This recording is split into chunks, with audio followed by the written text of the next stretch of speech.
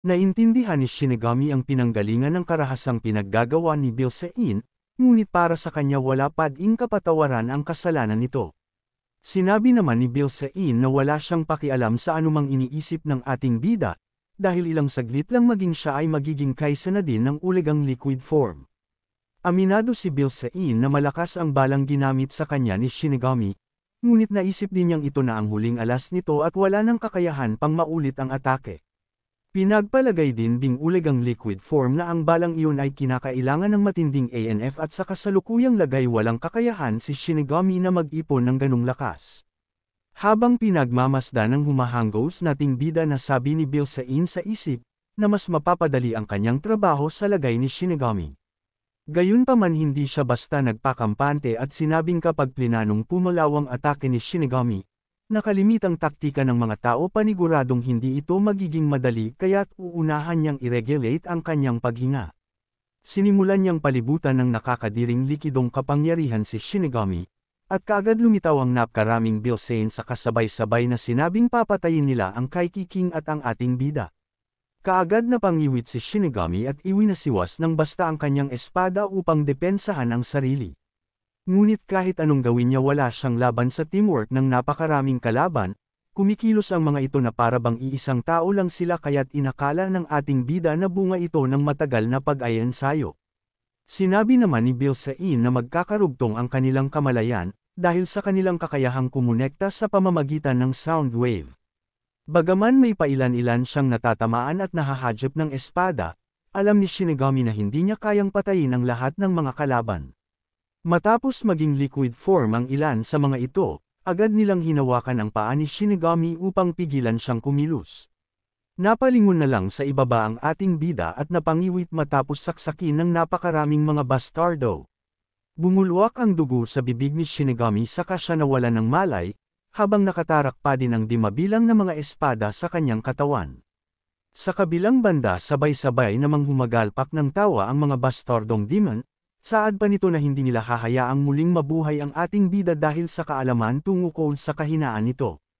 Habang naghahanda na itapon sa dagat ang ating bida biglang natigilan si Bilsain, nang makita ang isang pangyayari na hindi niya inasahan. Biglang naging buhangin ang walang buhay na katawan ni Shinigami, isang strange fenomeno na nakuha niya mula sa Executive Kaiki sa nakaraan kung saan hindi matatagpuan sa memorya ng tao. Napasigaw na lang si Bilsain at ang kaninang pagkahambog ay napalton ng pagtataka sa kanapatanong kung ano ang ginawa ng Undying Phantom. Samantalang ang kaninang mga abo ay biglang nag-ayang lumilipad na mga paniki, pumailan lang ito sa mga bastardong kalaban habang sa nag-ipon-ipon at unti-unting nabuo.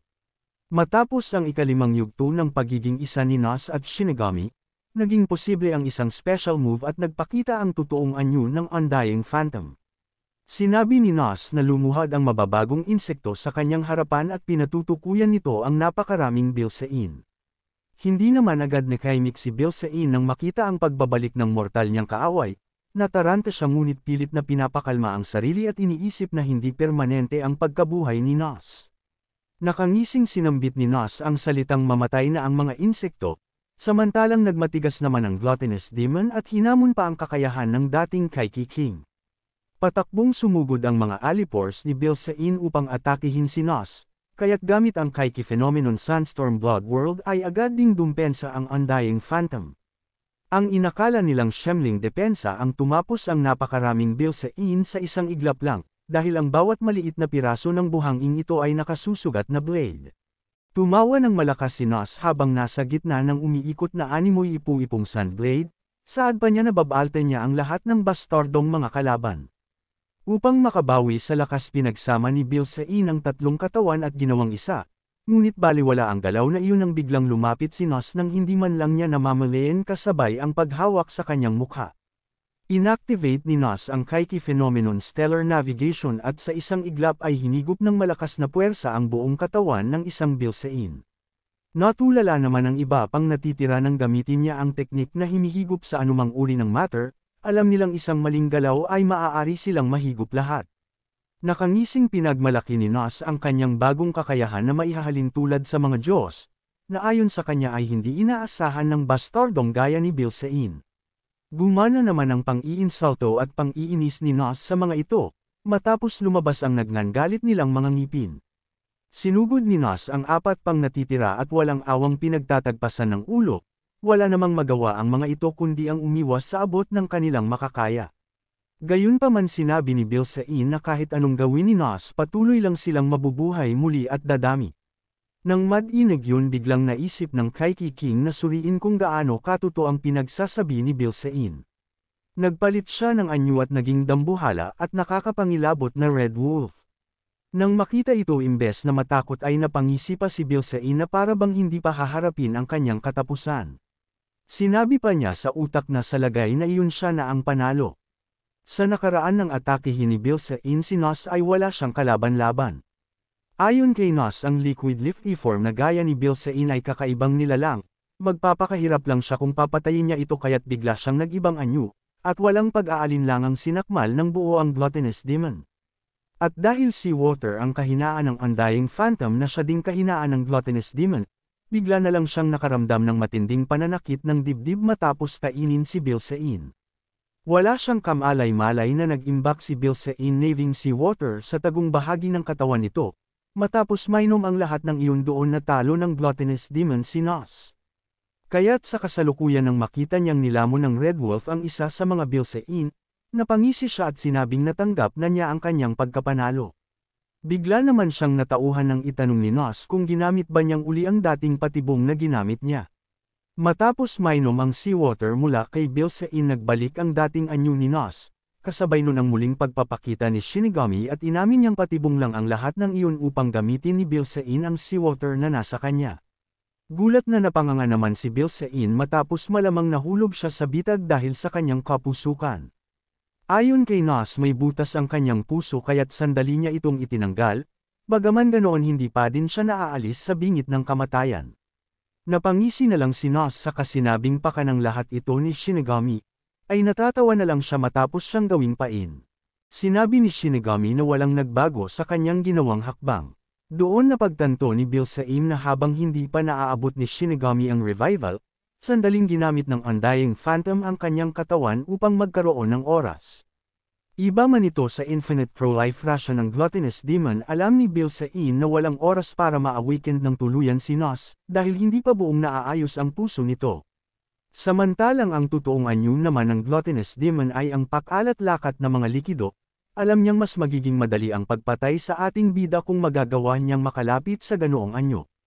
Nakita naman ni Shinigami at Nos ang lihim na balak ng bastardong si Bilsain. At habang binabalahan ni Shinigami ang hawak na baril alam na agad ni Bilsain na may pangalawang atake.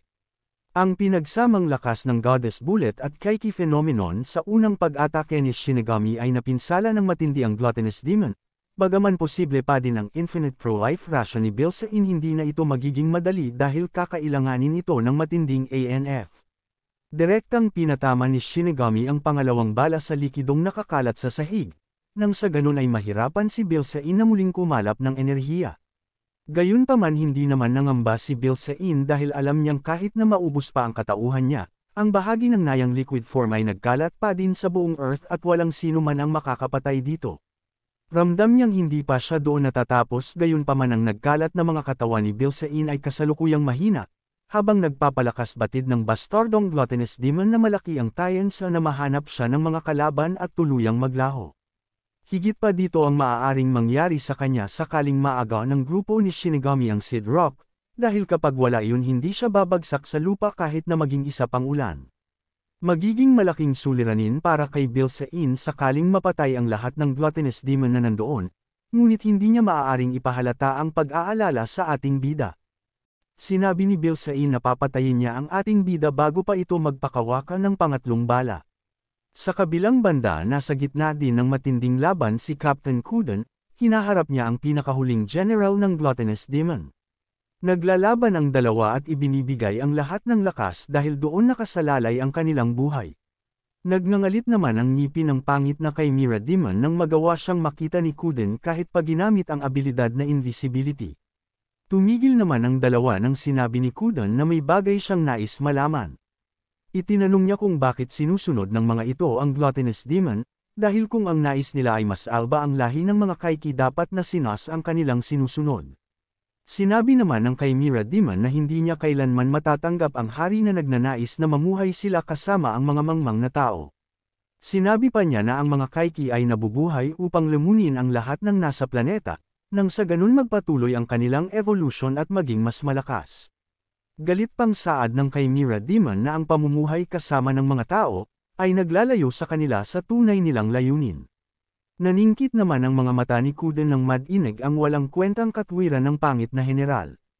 Inamin pa ng Chimera Demon na tanging ang pilosopiya lang ng Gluttonous Demon ang kanyang pinaniniwalaan, dahil pinanghahawakan nito ang orihinal nilang intensyon na mapasa kanya ang planeta. Sa pagkakataong yun ng Chimera Demon naman ang nagtanong kung hindi bakit patuloy na lumalaban si Kuden, gayong kalahati sa kanyang katawan ay bakal na lang saad pa nito na nakahihiya ang patuloy na mabuhay sa ganoong kalagayan. Natawa naman si Kuden sa tinura ng kupol na general, katwiran niya na kahit madyamang machine ang buo niyang katawan ay patuloy siyang lalaban, dahil ang gamitin ng lahat ng meron ka ang kanyang moto sa buhay. Ang mga pahayag na iyon ay hindi naman maunawaan ng kupol na gaya ng Chimera Demon, na mayroon niyang maliit na sungay ngunit pinagkaaitan naman ng utak. Ininis pa ni Kuden ang Chimera Demon sa maikling lifespan nito kaya't nasisigurado niyang ilang taon pa lang ang nakakaraan nang ito ay ipanganak. Lalo namang nagalit ang kupol na Demon sa kapinagmalaki ang kanyang lakas na ani ay masigit kesa kay Kuden. Nang oras na iyon naubos na din ang pasensya ni Kuden na makipag-usap sa isang kapalin, kaya't hinamon niyang muli ito na ipagpatuloy ang laban. Nakangising sinabi pa niya na oras na upang turuan ang Chimera Demon kung paano ang tunay na pakikipaglaban. Umilo naman sa galit ang mata ng bastardong demon kasunod ang pagpapakita nito ng abs, ay este ng malaking katawan pinunit pa nito ang damit na para bang retired na Adonis. Sinabi nito na handa siyang subukan ang kahambugan ni Captain Kuden, kahit na hindi saklaw ng invisibility niya si Kuden hindi pa naman doon nagtatapos ang kanyang kapangyarihan. Mabilis siyang tumakbo mula sa kinatatayuan at nagliliwanag na kidlat ang kasama niyang sumugod.